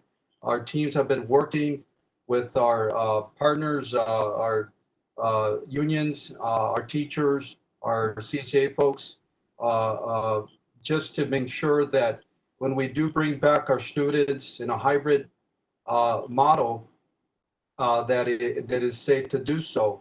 So we've been developing plans, and the teams have been developing alternative options for families. So there's going to be options. So let me be clear about that. And so we want our students to continue their learning at home. If that's what parents want, they're going to have the option to do so. And here's what follows the next steps for us. We're going to be sending out forms next week to our families, our parents, and they're going to be able to select and choose one of these alternative options. So hybrid or to continue distance learning for the rest of the year. But again, we are starting with distance learning August 5th when kids come back. So parents, please be on the lookout for that. But let me also say that in the next couple of days, in fact, tomorrow, we will be sending out information posted on our website about the plans in the different models. And then next week, what we're going to be having is parent webinars in English and Spanish so that we can answer questions. I know there's going to be a lot more questions now, and we're prepared to answer that. The next week, our virtual parent meeting is scheduled for Monday, July 20th, and there's a lot of information on our website. However, we are going to send out this information and send out, again, I will be sending out information through phone calls to our community. I do want to take this opportunity and thank our board and for their leadership in our executive cabinet, and of course, all of you out there for your patience and understanding over these past months. It changes every single day. We've seen the rise in the numbers. Right now, it's not the time to bring our students back safely. We just can't afford to jeopardize the health and safety of our students. It's been a challenging time, I think, for all of us, for every single one who's part of this. And we want everything and everything we can do to bring our students back safely, and our staff is really critical. So we will continue to provide the information and the support that all of you need out there. And we're going to continue to make the best decisions for your children, because they're not just your children, they're our children too, and we take that seriously. These are difficult times. These are difficult decisions. And for now, we will start in distance learning, and we appreciate the board approving that tonight in the action item. So it's going to look different the start of the school year. So if you can move on to the next slide, please. So the school year, is going to start very soon here, August 5th. Our teachers come back August 3rd, July 31st, in preparation of the new school year. Even though schools, our campuses are closed, school's not out, learning is going to continue. Our ed services folks are working, like I said, on the rigor and on the instructional piece. Our HR and business teams are working on the plans for our staff and safety, so they come back safely. So even though this school year may look different than previous school years, I do want to express my heartfelt appreciation to all the certificated and classified staff who have worked hard to get the school year off to a great start. They have done a phenomenal job with distance learning. May 13th is an infamous date, and on a dime, we put them in a situation, and they've grown through this. We have grown. And so I'm really proud of the work that our teachers have done during distance learning, and our classified staff who have stepped up, our custodians, our grounds, and who are out there working, and our IT staff, who I don't think has ever taken a break, office staff, principals, nutrition workers, and many, many more that will work tirelessly behind the scenes, assisting our families to ensure that our students have everything they need to begin this school year. So the work doesn't stop. We continue to prepare. Next week, I believe we're going to start with Chrome distribution and things like that. Our grab and go meals are going to continue. And I've said this before, we can't get to a higher learning, a level learning, which is called balloons, without taking care of the basic needs of our students, and that is safety, number one, which is a Maslow's hierarchy of needs. So I want to thank all of you, and all of you have done a phenomenal job, and I appreciate, again, our board for truly their leadership and their guidance and support. So welcome back. And the next slide, I'll explain a little bit more how we're going to provide actually more detail. So we want to schedule a special board meeting. So I sent board correspondence. We sent board correspondence proposing these 3 dates for Tuesday, July 28th, Wednesday, July 29th, or Thursday, July 30th, so that we can have a special board meeting. And at that special board meeting, we'll be able to, or the board will be able to really dig deep and ask questions to staff and address any concerns they may have about the start of the school year with distance learning and how we transition. So there will be a presentation at this board meeting, and so I am asking the board also I will be asking the board also at this board meeting to take action and approve an item on the online platform that we will be using to facilitate our online learning.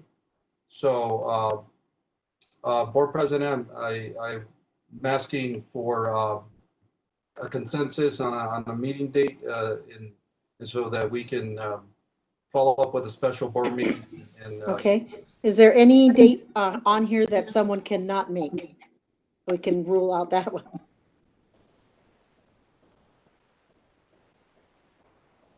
I'll let you look at your calendars. I'm good with any date. I'm good with any day. You're good? Okay. Same here. Oh, my, Frank. Okay. Does anyone have a preference? Do you want to keep it on a Thursday like our normal meetings, or? I would say yes. Okay, Fine with me. okay, so Tuesday, July 30th, will that work for everyone? Yes. Okay. Thursday, July 30th. Thursday. Yes. Uh-huh. Yes. Okay. Okay, you have your date, Thursday, July 30th. Thank you, Ms. Howard. I'll add that to the board calendar. Okay, thank you, Joanne. Thank you, Board Anything? President, for that. And again, I'll just reiterate that it was not the intent of district staff to confuse the community out there with the action item. So just to be clear, that again, I thought we were really clear that we were proposing the start of distance learning. And again, there will be the parent meeting on Monday, July 20th, and parents will be able to ask specific questions there. So again, thank you for that, and we look forward to this special board meeting and providing more details about the distance learning plan and then the other models that we have. So so just to move on and wrap this up in my piece here today, this evening. Look, there's always celebrations. I know we're going through crisis and very difficult, but I wanted to point out some awesome things that are going on in our district and to folks in some celebrations here. So I would like to express congratulations to Dr. Cindy Aguilar Munoz for being selected Site Administrator of the Year statewide for CALSA. CALSA is the California Association of Latino Superintendents and Administrators. And so she was virtually recognized recently for her work. So congratulations, Dr. Munoz, for that. And our former superintendent, by the way, was recognized for State Superintendent of the Year. So congratulations to him as a sidebar note here. Also, congratulations and on behalf of the board, and kudos to you again for your leadership, Cindy. This is just so awesome. Somebody I think just mentioned it. I think Board Member Ibarra mentioned that we have our district partners with the Medical Leaders of Tomorrow program, which is hosted by the California Riverside. We just received word that our district received 27 out of 50 spaces for the Medical Leaders of Tomorrow program at the University of California, which is just outstanding and just amazing. We need more local doctors in the community. And so when we receive word of that, they're going to be recognized, I believe, on Saturday at 2 o'clock, and we put that on your calendar. So just great news. So congratulations to all our students. You guys make us so proud, even during these difficult times. You guys are stepping up, and we're so proud of our students, and just we can't wait to see what you're going to do. So with that program, and looking forward to seeing you on Saturday. All right, and I think that's it for me in my Superintendent's Communique Board President. Thank you very much. Thank you, Dr. Miranda. Moving on to 6.1, our board member comments. Board Member Ibarra. Okay, thank you, Pat. I'd like to begin by thanking all those individuals who send public comment letters to the board, and just to let them know we truly appreciate the information that they shared with us and their concerns, and that we always take them into consideration. And we try very hard to listen to everything that they tell us. So I just want to say thank you to them for that. Also, want to move on and talk a little bit about Cone Joint Unified School District.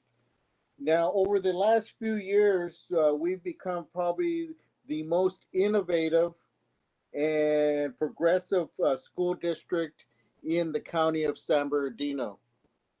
And because of that, we have wonderful families, educators, staff, administrators. Um, I think that any district can have. Um, though we're dealing with a pandemic, I truly believe that we will rise to the occasion, so to speak, so that our students will get the maximum of what we're offering as far as educational services. Though it's not the ideal transitional style of education, but I know our educators and I know our administrators, we will do the best we can to provide all our students with the best education because it's just the Cone Joint Unified School District's way. So I just wanted to mention that because I have a lot of confidence and I've always had in all our employees and also the confidence in the parents and the staff and everyone that makes up of this Cone Joint Unified District. So with that being said, I just want to reiterate something that Dr. Miranda said just a bit ago, that I think it's imperative for us to provide adequate and accurate communication with all our parents. And since he mentioned that it's going to start beginning tomorrow, and I'm glad to hear that, because as a parent, I believe that all parents need to know the direction and what to expect, and so they could prep their children, their student, as best as they can. And so I just want to just reiterate the fact that I think now more than ever, communication is going to be a key element, and we're really going to have to do a very good job in getting that out. I mentioned last board meeting because I heard this in some of the letters from some of the parents, the fact that, we know as a fact that it's hard to reach all students. And in this particular distant learning format, though I know we're going to do the best we possibly can, well, some of the students are going to need additional assistance. So I did mention the fact last board meeting about taking a look at providing tutorial services for these students, maybe after hours or however you deem proper for us to develop something, because I think those extra services will come in handy for not only for the students who are a little bit older, but for the parents who are looking to try to help their students better understand the educational delivery process that we're going to be doing online. And just one more thing I'd like to add as well is that I think we need to also consider a parent services option as well, where parents have an opportunity or a way to reach out to get information if they're just having trouble with their students or their children online. Someone that they could talk to, get some information, and maybe a parent service program or department or somewhere where they could reach out might work really well for some of the parents, and particularly maybe also for the bilingual parents as well, and the special ed parents as well as too. So I know we have our hands full, and I know that we ask a lot of our staff, our teachers, our administrators, but just like I mentioned earlier, you know what, I really believe and truly believe that our district is one of the best, if not the best, in Southern California.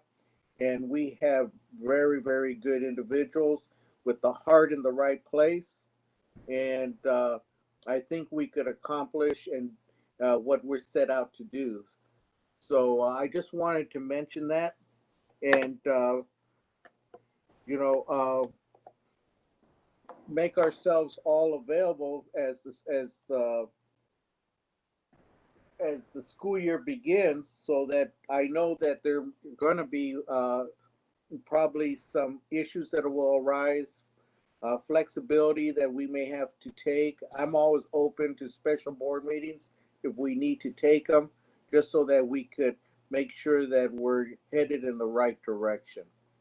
So I think that's all I have for tonight, Pat, and thank you very much. Thank you, Board Member Ibarra. Board Member Flores?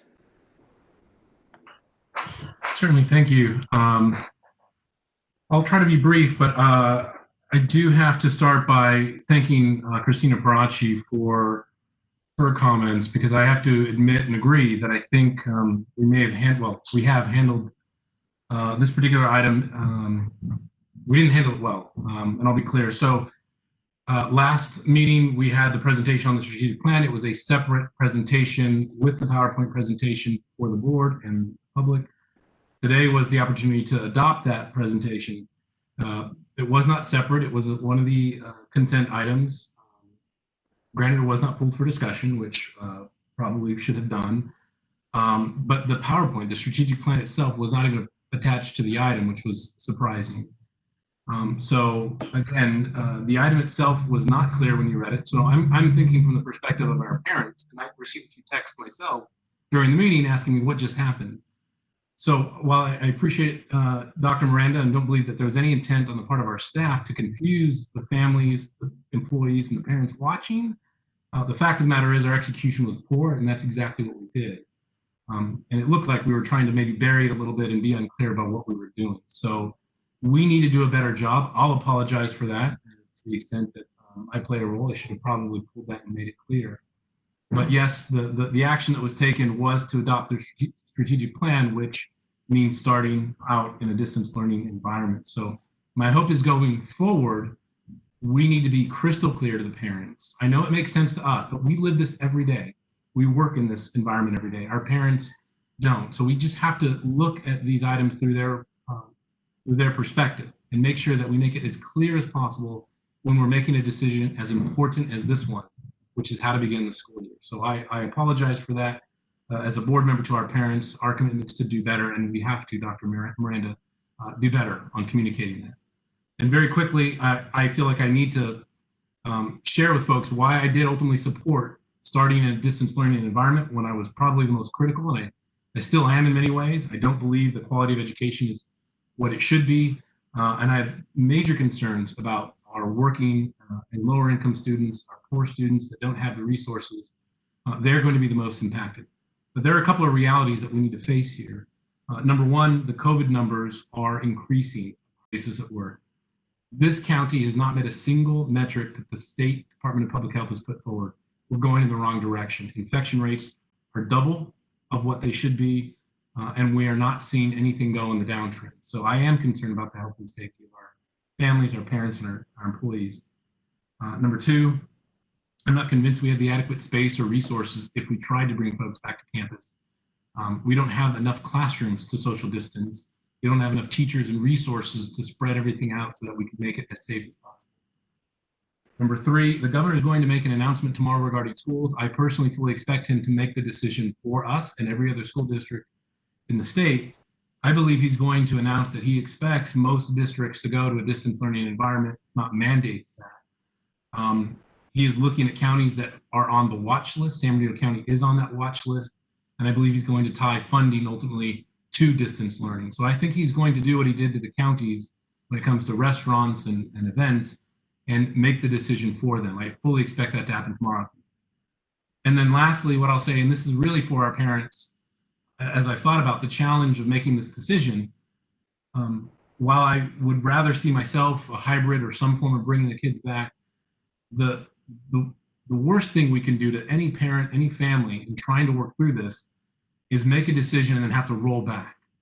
It's to start the school year with kids on campus only to go 2 or 3 weeks, see an infection or an outbreak happen, and then all of a sudden shut down our important thing we can give our families in an uncertain time.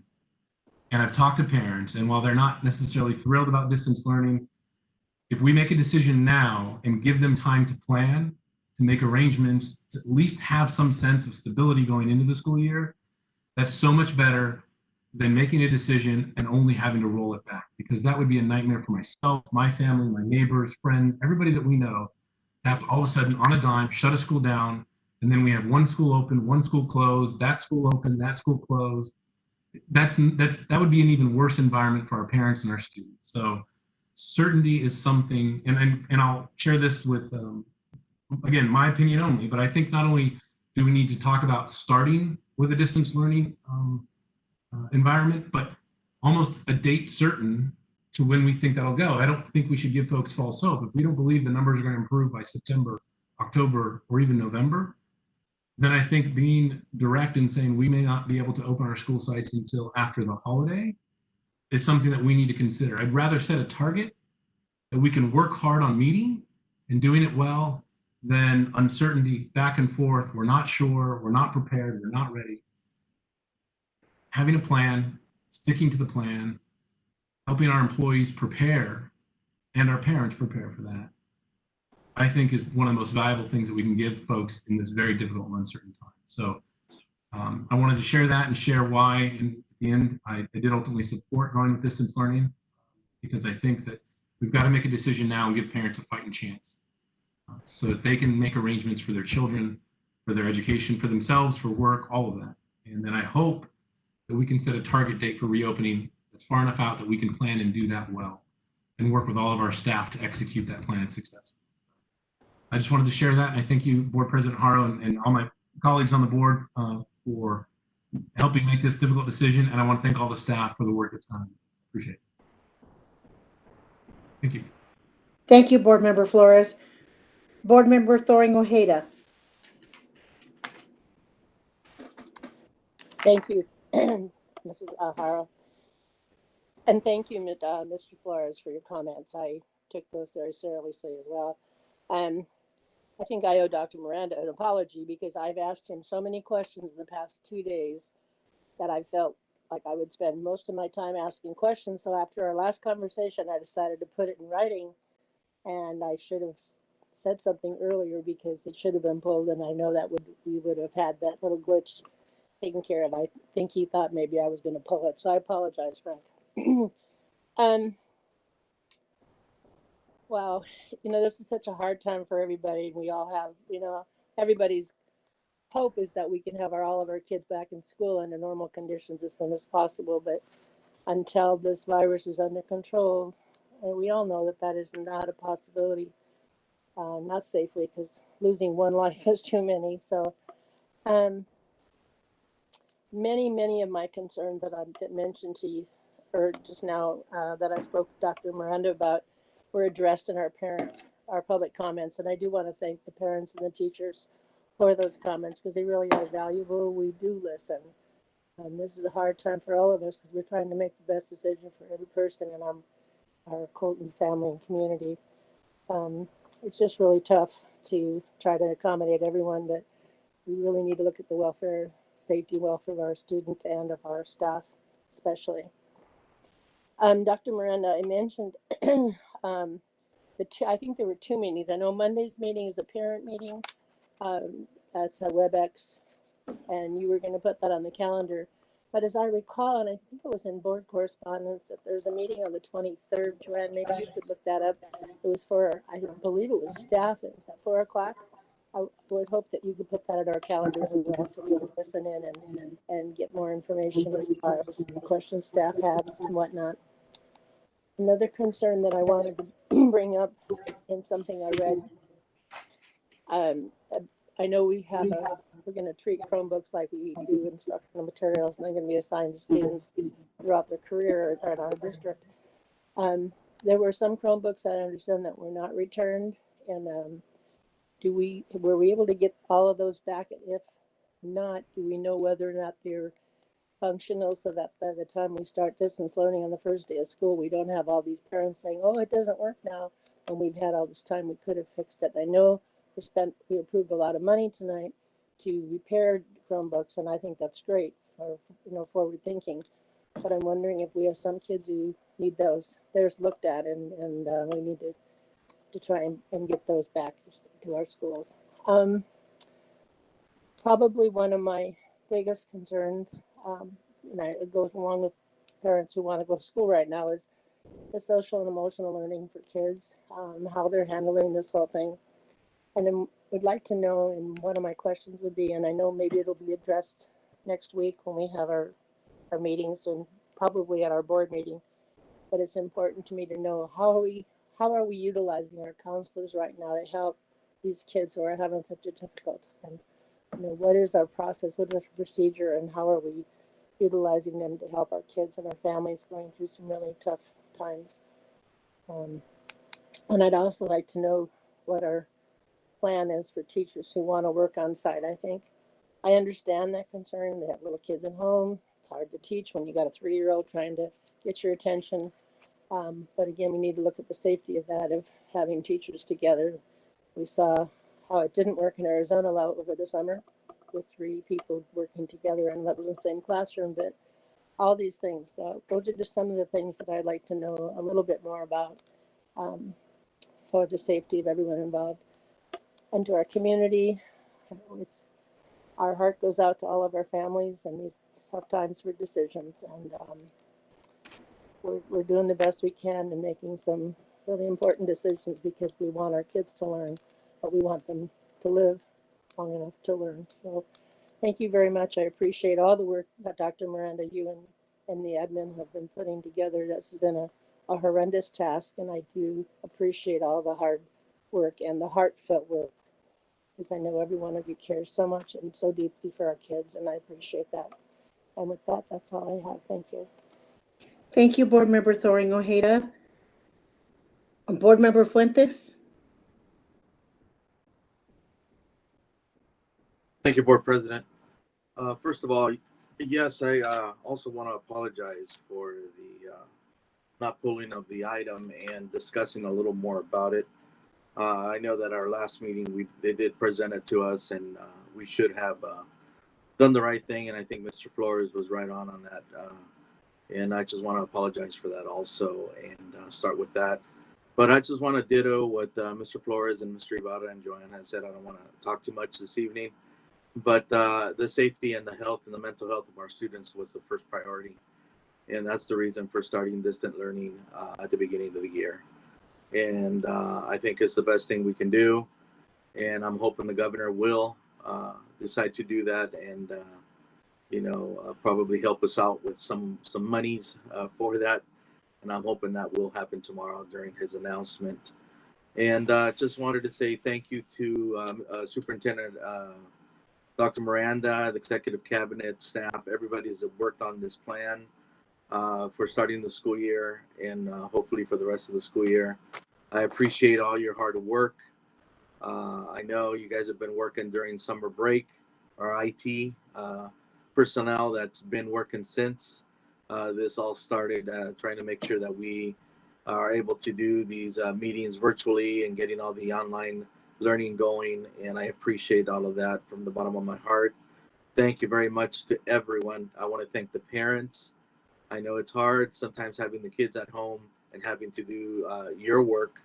I know it's hard, but we've been praying for you. We've been thinking about you, and we're here to listen. Thank you for all the comments that were brought forward this evening. Also, we're listening. We are a team of 7 that are here to listen and to do the right thing for our Colton Joint Unified School District community. I'm very proud of the district. I'm very proud of everything that we do.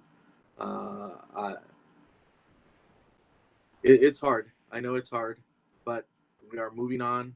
We are going to do the right thing and keep going. So that's all I have for this evening. Just a couple words of encouragement. Stay safe, love one another, and let's do the right thing. Have a good evening. Thank you, Board Member Fuentes. Board Members Sandoval. Thank you, Board President. I just want to say thank you to the parents and the teachers for the comments. Thank you, Dr. Miranda, because of the communication letters that you're going to be sending out to the parents, because I totally agree that we have to have communication with the parents. They are concerned. They want to know what's going to happen.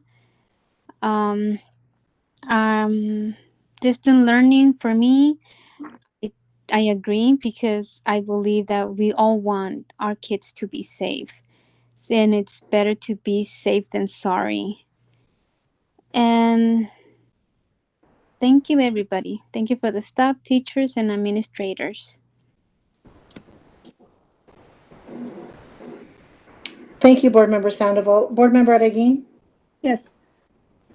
Parents and staff, I know anxiously we're waiting for this meeting. And we did not ease their anxiety, and for that, I'm sorry. But just know that, you know, I know that starting tomorrow, this is going to be rolled out in very clear and concise, in a clear and concise manner. So again, I just, I apologize if we raised your anxieties. That was not the intent. And, you know, I trust and I have seen what the staff has done. And, you know, I think once the parents know what's happening and how this is going to be rolled out, their anxiety will diminish. And just to, you know, just to be clear, August 5th is the first day of school, and it is going to start in all of our schools as with distance learning. So with that, thank you. Thank you, Board Member Araguin. Excuse me. Again, like my colleagues have said already, I agree. The board was presented at the last board meeting, you know, the presentation, and tonight we were just voting on it. However, because we gave direction at the last meeting to approve it, so we had to officially vote on it. So we could have handled that better, and I apologize on that we did not. I want to thank everyone for their comments this evening, the parents and community members, our teachers. We had a lot of public comment, and that was because this is a very, very difficult decision and a very difficult situation for us all. So I just want to say thank you to everyone for their comments. We do listen. We do take everything that you say into consideration. I would like to, again, I want to reiterate my advocation for doing everything we possibly can to help the teachers who want to have access to do, to do their distance learning from their classroom. Many teachers do not, as it was expressed in public comment, they need access to the tools that they have in their classroom to properly teach their students. They left their classrooms in March and haven't been back. So they need to, and we're not talking about all of them, and that's okay, but some of them want to do this, and if they feel that they can best serve their students, we need to do everything possible. They know, they're adults, they know not to congregate with the other teachers. They know that it would be going to their classroom and teaching from there, and that's it. So I really would like to see our district do whatever we can to work on making this happen for our teachers, but more importantly for our students, because they're the ones who will benefit them. I want to say that we are doing the distance learning, although it's not what we know, what we really want to do. We want kids, we want our teachers back in the classroom, just like they all want to be. We want to do that. But in good faith, we are entrusted as Board of Trustees to look out for the best for our students and the staff that we represent. And we cannot do that at this time. The San Bernardino County Public Health Department comes out with a list of people by city who have been infected with the COVID-19 disease. As of yesterday, there are confirmed cases of children ages 5 through 19, and it's listed by city. And I did not include Fontana in this number because it is the whole city of Fontana, and we represent a small area of Fontana. I didn't include Loma Linda because it's a small area. we represent, and also Rialto. I just included the 3 cities that are the major cities. Bloomington, 28 cases of children. Colton, 74 cases of children. Grand Terrace, 7 cases of children with confirmed cases of COVID-19. That's 109 children too many. And in good conscience, I could not vote for anything less than distance learning to not put more children's lives at risk and to not put students' lives at risk.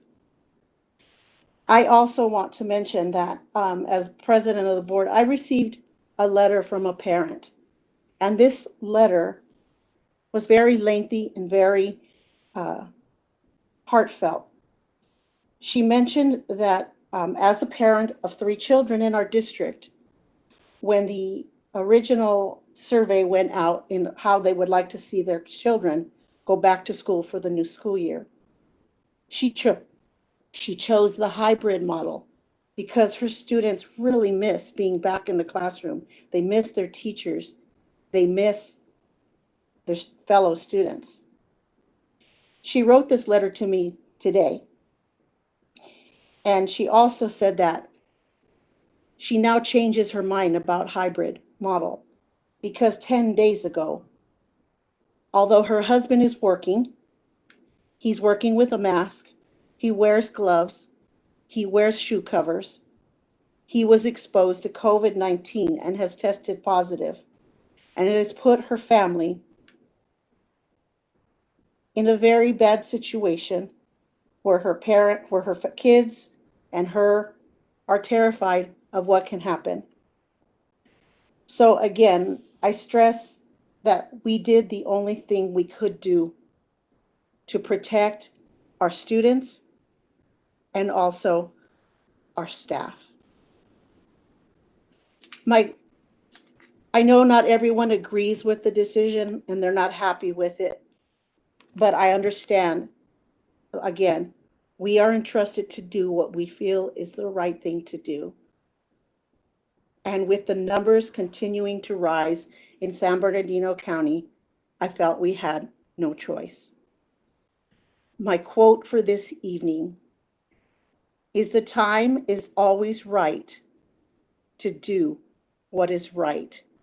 This was the right thing to do. And before the board goes into closed session, I would like to have a moment of silence to honor Joanne Fanning Hucks, a teacher at Slover Mountain High School. Our deepest condolences go to her family and our Slover family. Ms. Hucks works for Colton Joint Unified School District and Slover Mountain for 14 years. Ms. Hucks will be missed by her family, students, colleagues, and this board member. Ms. Hucks was an amazing teacher. She spent so much wonderful quality time with her students. She taught the students at Slover Mountain she taught English, she taught them drama. They would put on plays, and everyone knows how much I love the arts, so I never missed one. She was an amazing teacher. So with that, I would like to call for a moment of silence before we go into closed session.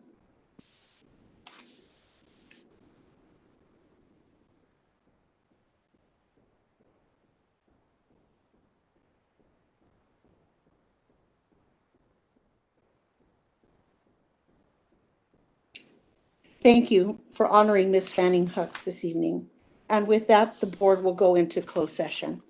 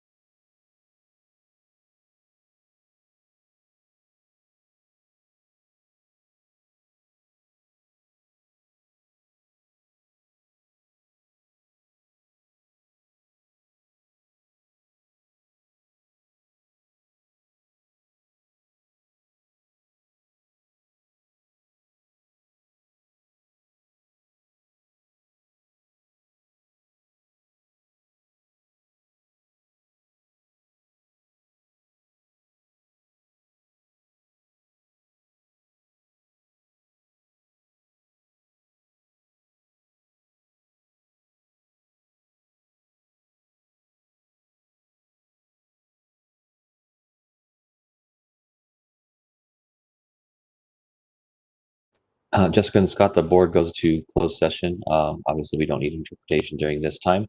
They do return from closed session back into open session, but typically just there's a very short report out of closed session.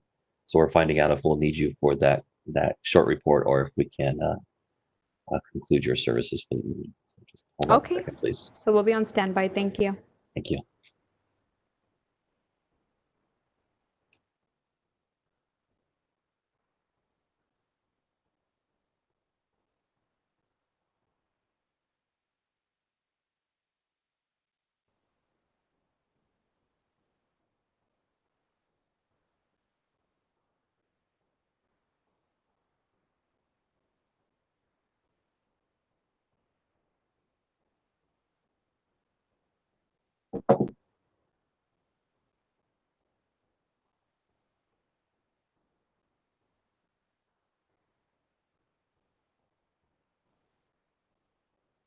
Shane, do I have enough time to go to the restroom? Oh, absolutely. Thanks.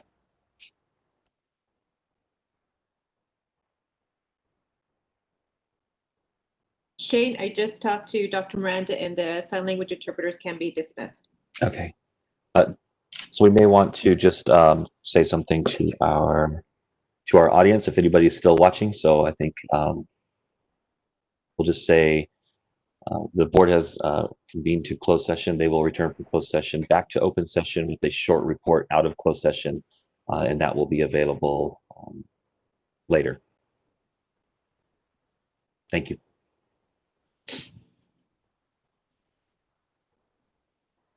Thank you, Jessica. And Thank you. Thank you both. when Scott returns, I'll say thank you to him too.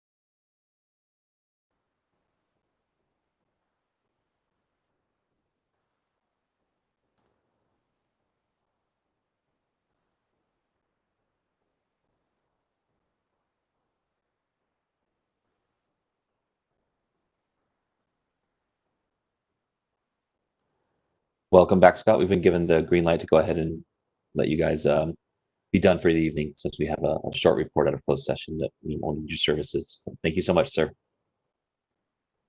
Have a great evening. Thank you, Shane. I really appreciate it. Have a great evening.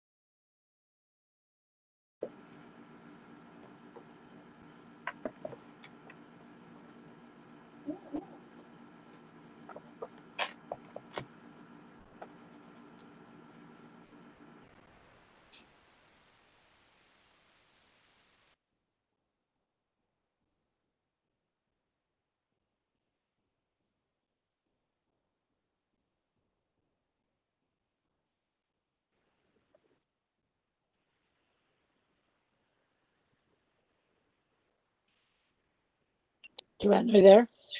I'm here. I'm here, Joanne.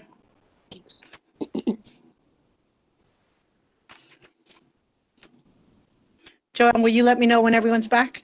I believe everyone is back. Mr. Fuentes is here. Miss Adigui is here. I'm here. Miss Adigui?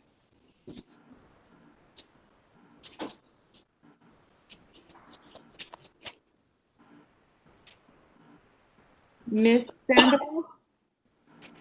I'm here. Mr. Ibarra? Here. Miss Haro is here. Mr. Flores? Yep. And Miss Doreen Ojeda?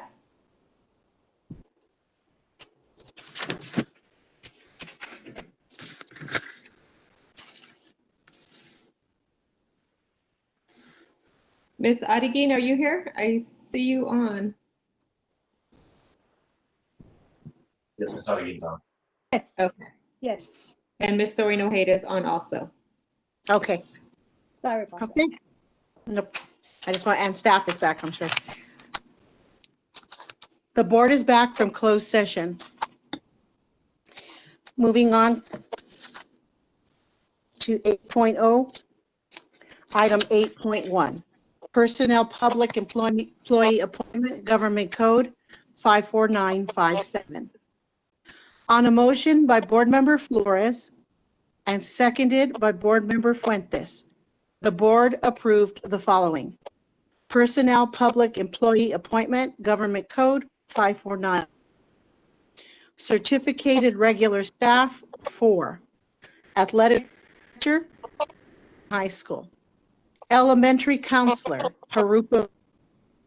SDC moderate severe teacher, Colton High School.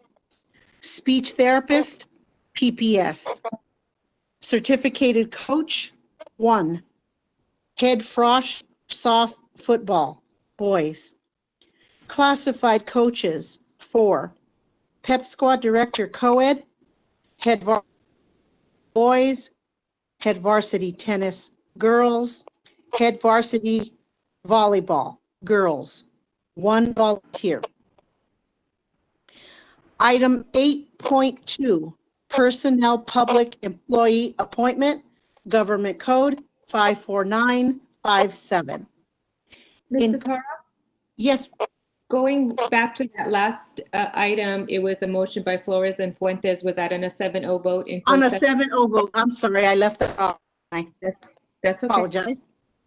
No problem. In Thank you. Item 8.2, in closed session on a motion by Board Member Fuentes and seconded by Board Member Sandoval. And on a 7-0 vote, the board appointed Jennifer Pedroza, elementary principal, site to be determined. And with that, we are adjourned. Everyone, stay safe and God bless everyone. Everybody, Stay have a great weekend. for the rest of your break. Bye-bye. Yeah, everybody take care. Bye, everybody. Bye-bye. Have a good night. Bye. Bye, everybody.